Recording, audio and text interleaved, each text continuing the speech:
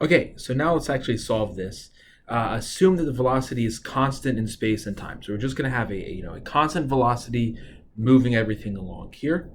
And so the PDE becomes the t derivative of u is equal to alpha times the x derivative of u alpha times the double x derivative of u minus c times the x derivative of u. And as we've been doing, you're probably going to want to get your table of Fourier transforms here. Just so you know, you're gonna have those sorts of things available on the exam because it's an open book exam. Okay, so take the Fourier transforms of both sides. When I do that, on the left-hand side, it's going to be the t derivative of the Fourier transform. On the right side, we're going to have minus alpha c squared times the Fourier transform, and then minus c I c times u hat. So let me just remind you that if you have the nth derivative,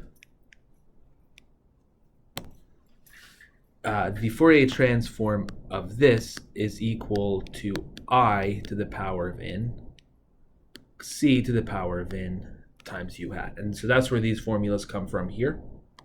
I can organize the left-hand side a little bit better. This is going to be minus alpha c squared plus I c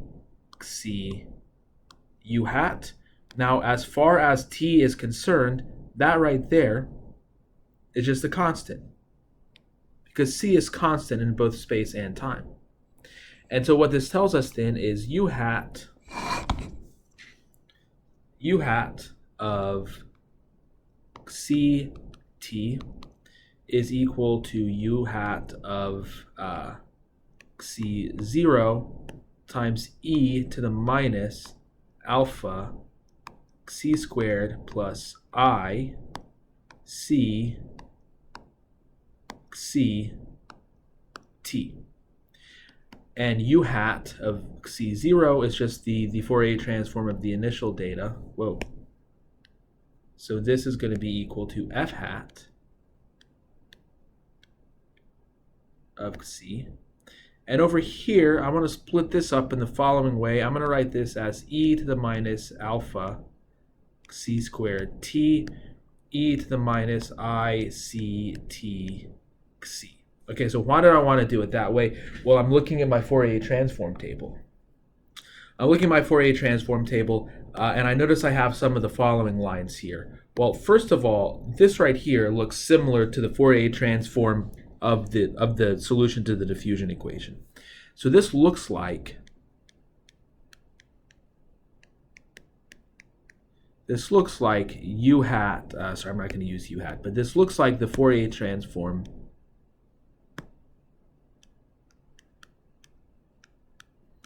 of the solution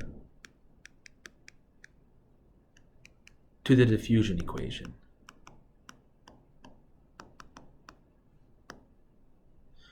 Okay, now what about here? Here, again, looking at my Fourier transform table, if my function, let me not use f, let me use g, let's say. If my function is g of x minus c, so we already looked at this as well, the Fourier transform of this is e to the minus I c g hat. Okay, and so now my c is going to be equal to really c times t. Okay, so let's look at this part that I have in orange. So let's look at that. So I've got f hat of c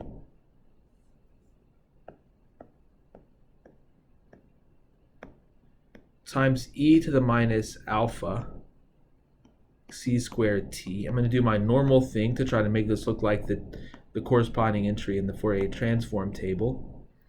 So this is e to the minus c squared over 4 alpha t.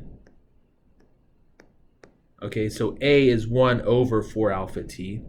So I need to have the square root of pi over the square root of a.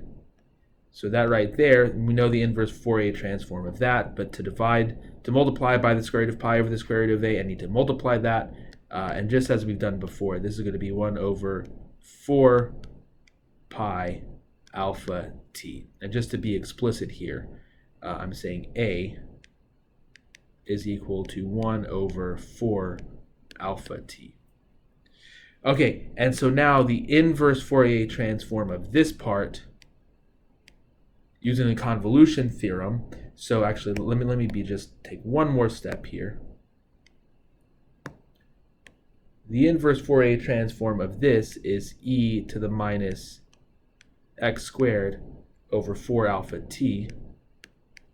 And so the inverse Fourier transform of this whole thing is going to be the integral. Again, I'm using the convolution theorem.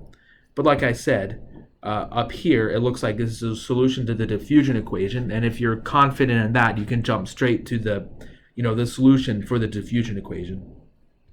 Anyways, this is going to be equal to f of y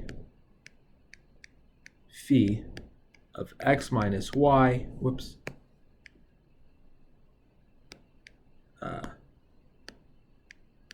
t dy. Okay, so let's come back up here. So in other words, the inverse Fourier transform of that is equal to this. Okay, but now we're multiplying it by this. Okay, so the g, so in other words, I have e to the minus I sec c g hat. The g hat is equal to that. Okay, if I'm comparing things, the g hat is equal to that thing that I have there in the orange box. And so what this tells me then is the inverse Fourier transform of that whole thing, it's just going to be equal to the inverse Fourier transform of this, but shifted c units to the right. Okay, so this is like my g of x. Again, using this formula here, or using, lining things up there. So then u of xt is going to be equal to g of x minus, okay, and again, I have a c here and c here, but they're different c's. The c is just the thing that's multiplying the minus IC. So up here, it's just equal to ct. So it's going to be g of x minus ct, or if I plug everything into the integral, this is going to be the integral of f of y phi of x minus ct minus y t dy. Okay, but let's back up a little bit. So this, like we said, that's the solution to the diffusion equation. Okay, so let's back up a little bit here. So let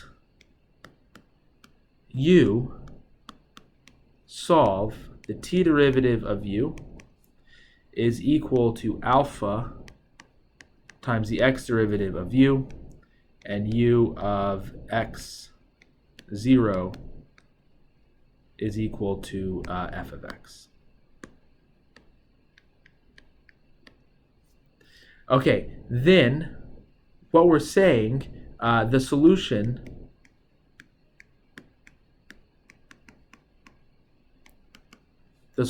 to the diffusion equation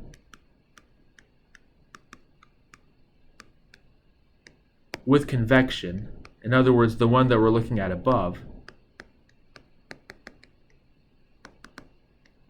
the solution to the diffusion equation with convection is u of x minus ct comma t. Okay, we'll say v of x0. Sorry, v of xt is equal to that. Okay, so let me just say this one more time. So if if u solves the t derivative of u is equal to alpha times the double x derivative of u, and u of x0 is equal to f of x, then the function v of xt equals u of x minus ct, this solves the diffusion equation with convection. In other words, the t derivative of v is equal to alpha times the double x derivative of v minus c times the x derivative of v, and v of x0 equals f of x. Okay, and you can that's what we've just proven. Okay, let's approach this from a different point of view though. Okay, so let's imagine what's happening here. So in the diffusion equation with convection, there's two things going on. There's the diffusion happening. Okay, and we know if we just look at the diffusion, we know the solution to that. So let's just say u is going to be the solution if we're just looking at the diffusion. But then we have this velocity field that's just carrying everything along. So what's happening then is we've got two things kind of going on independently. We have the diffusion that's happening, and then we have the velocity field that's just kind of carrying this whole thing along. Okay, so without convection,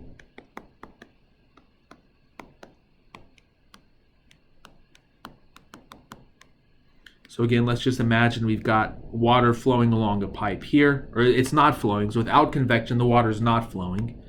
We put some concentration of, food coloring, and then what's going to happen is that as time goes on, this is going to spread out this way. Okay, and so this maybe is at t is equal to 0. And then if we look to see what's going to happen, for t a little bit bigger, so let's say, well, it was going to be sort of very concentrated here. And then for t bigger, it's going to spread out. It's going to spread out like this, but it's not going to be as concentrated. It'll be, more concentrated toward the center, and then, but not as much there, and then it'll sort of spread out like this. Okay. It's not really what I want to.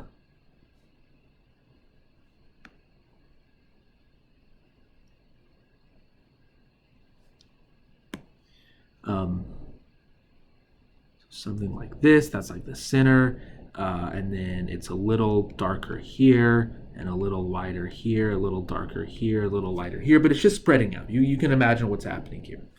And this is going to be for t bigger than 0. Okay, but now if we consider convection, well, what effect is the convection going to have? Well, the convection is just going to move this whole thing along here. It's going to move this whole thing along at a speed of c meters per second, or whatever the units are. So if we consider convection,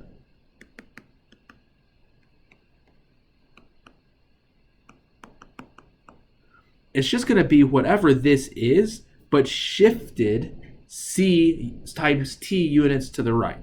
With convection will be the above, but everything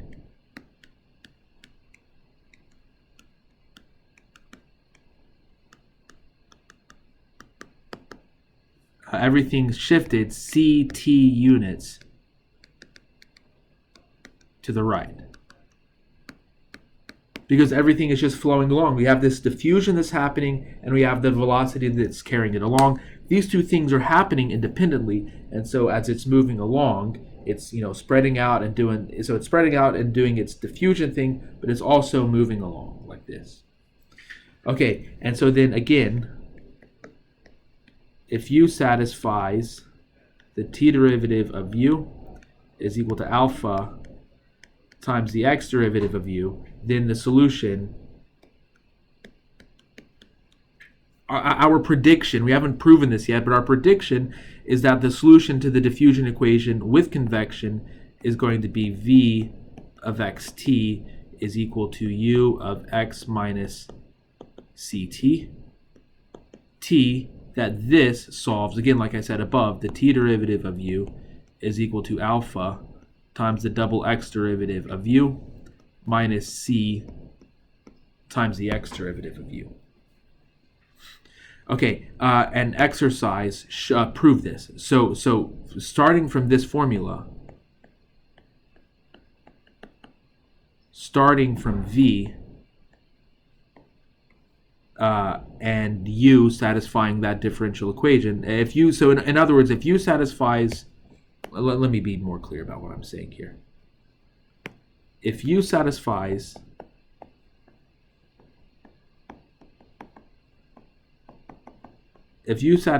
that, show V satisfies this. Okay, in other words, don't use the Fourier transform to find V. Just show that if U satisfies the diffusion equation, then V satisfies the diffusion equation with convection. Okay, just by plugging it into the differential equation and showing that everything works out. Okay, so it's not a complete waste of time that we did all of this Fourier transform work. One, it was exercise, but two, consider the fact where maybe C is not constant in space. Where C is constant in space, but maybe it's not constant in time, or maybe even consider the case where C is it both depends on space and time. Okay, if C is constant in space but variable with time, our procedures will go a lot easier. Taking the Fourier transform will be, easy. The hard part now is going to be solving that ordinary differential equation, or the potentially hard part would be solving that ordinary differential equation for U hat. Okay, that's it for this video.